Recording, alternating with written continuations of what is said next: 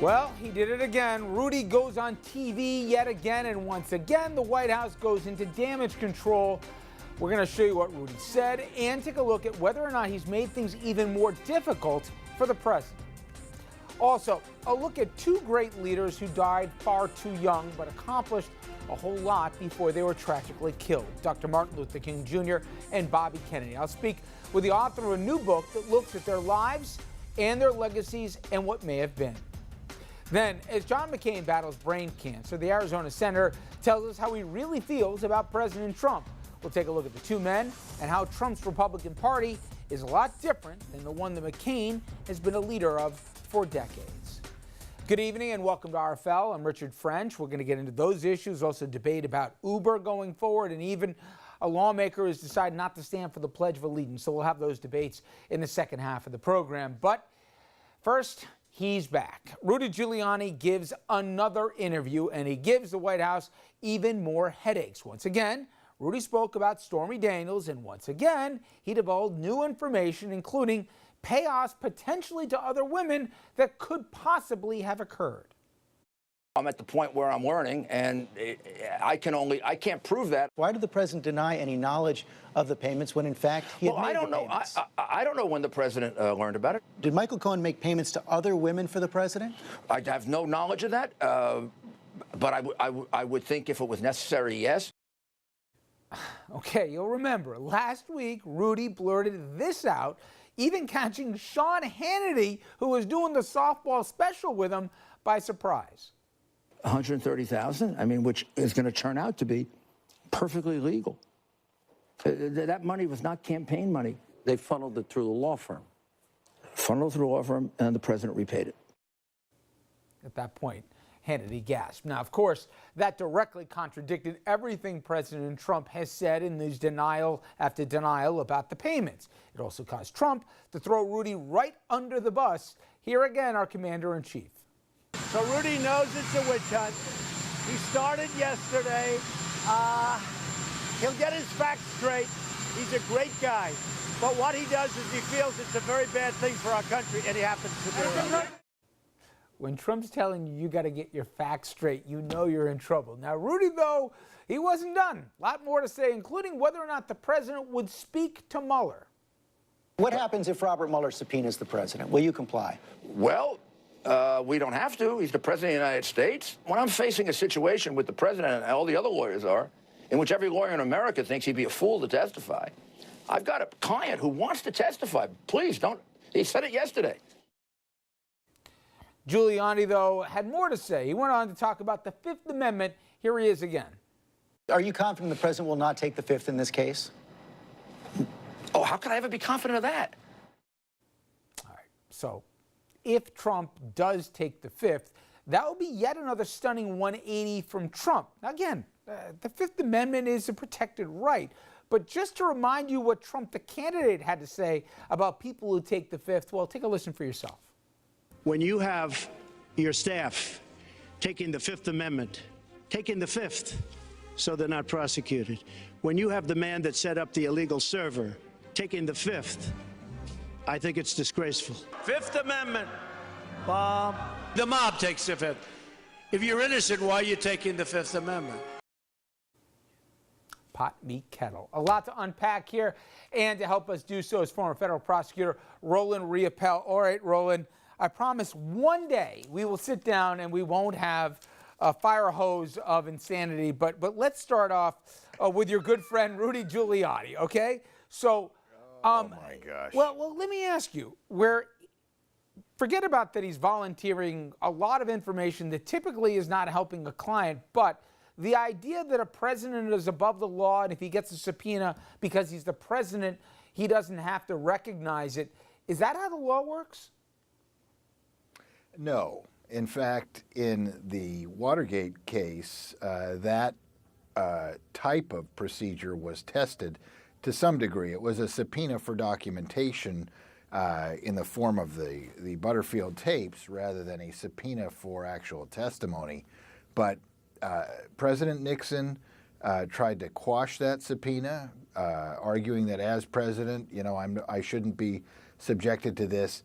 and the Supreme Court 9-0 told him, forget it. The president is a citizen like everyone else and is subject to the law. So I think Mr. Trump and Mr. Giuliani can make any argument they want about whether a subpoena will be enforceable against them, but ultimately I have confidence that the courts will enforce a subpoena against them. Now, the Fifth Amendment, it's a protected legal right. I just showed the audience what the president has had to say over the years, but for a president to invoke it, he's our top law enforcement officer in the country. That does say a lot, doesn't it? It sure does, particularly after he excoriated Hillary Clinton's staff for taking the Fifth Amendment, and now is confronted with a situation where Michael Cohen, his lawyer, his agent, is taking the Fifth Amendment. So his own words are coming back to bite him in the behind. Now, the president, like any citizen, can take the Fifth Amendment and can refuse to cooperate with any government investigation. But, you know, the presidency is a political position, and the political damage of taking the Fifth Amendment should be, at least in an ideal world, terrible, and should be the end of a presidency for a president to take the Fifth Amendment, effectively, in a situation like this, admitting that he has criminal exposure. But who knows what Congress will do? You're right. Before I move off of Rudy, I do want to play one more comment he made. And again, Roland, a former federal prosecutor, take a listen to Rudy Giuliani, who used to be a U.S. attorney in the same Southern District where he's talking about these guys. Let me show you what he said last week. The only possible violation there would be, was it a campaign finance violation, which usually would result in a fine, by the way, not this big stormtroopers coming in and breaking down his apartment and breaking down his office.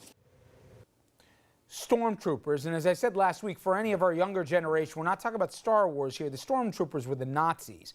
For Rudy to go there, you know, and I said last week, he was a huge figure in American modern history after 9/11, but my God, all that goodwill has gone out the window. He's embarrassed himself. Yes, it is disgusting. As a matter of fact, you know, when Rudy Giuliani was the U.S. Attorney for the Southern District of New York, his conduct was routinely criticized by bar associations and the local bar of criminal defense lawyers because Rudy was the greatest overreacher of them all.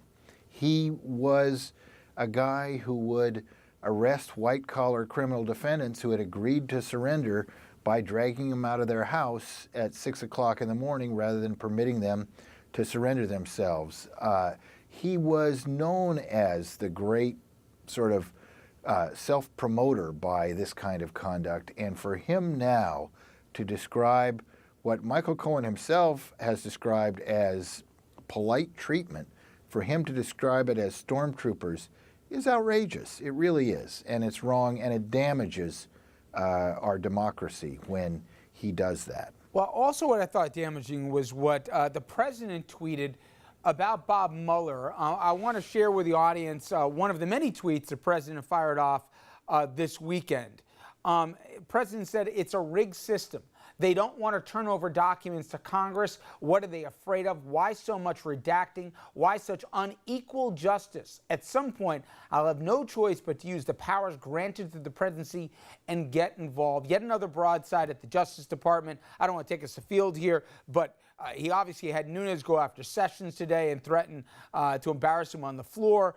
On top of all that, he's questioning the objectivity of Mueller, saying that he and his team are a bunch of Democrats. That's factually not true.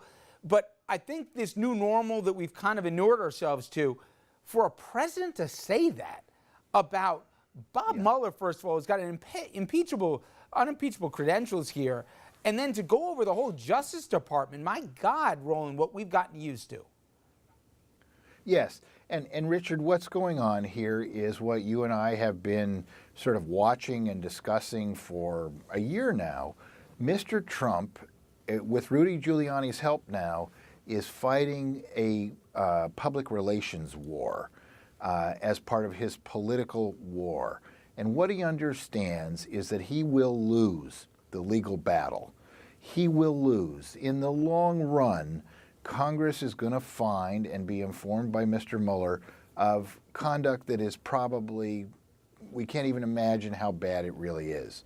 But Mr. Trump, with Mr. Giuliani's help, he knows that if he can maintain that base of 35 or 40% of the American population that just does not seem ready to abandon him, then he will maintain enough votes in the Senate to stay in office, even if the House, which is likely to become a Democratic majority House in November, even if the House returns articles of impeachment, as long as Mr. Trump can have 34 senatorial votes behind him, he will not be removed from office. And by playing this public relations game to rile up his base and get them behind him, he is fighting for his political life and effectively fighting against removal from office, because the senators won't abandon him as long as his base sticks with him. That's what he's up to. Roland, before I let you go, give us one thing to keep an eye on this week as it relates to the Mueller probe or any of the attached investigations. Let's see what Judge Ellis's ruling actually is down in Virginia. You know, he is the judge that had some critical remarks to make about Mr. Mueller's team that Mr. Giuliani and Mr. Trump have seized on. Let's see what the substantive ruling is, because my gut tells me all the motions made by Mr. Manafort are going to be denied. And then Mr. Trump will be, and Mr. Manafort in particular, will be further cornered. Let's watch for that. Roland, my friend, thank you for the time as always. I appreciate it. Pleasure to be with you, Richard. All right, everyone, when we come back, a look back at MLK and RFK. They were killed 50 years ago, but the legacies remain strong. This new book out, taking a look at their intersecting lives and what could have happened had they lived. The author will join me next.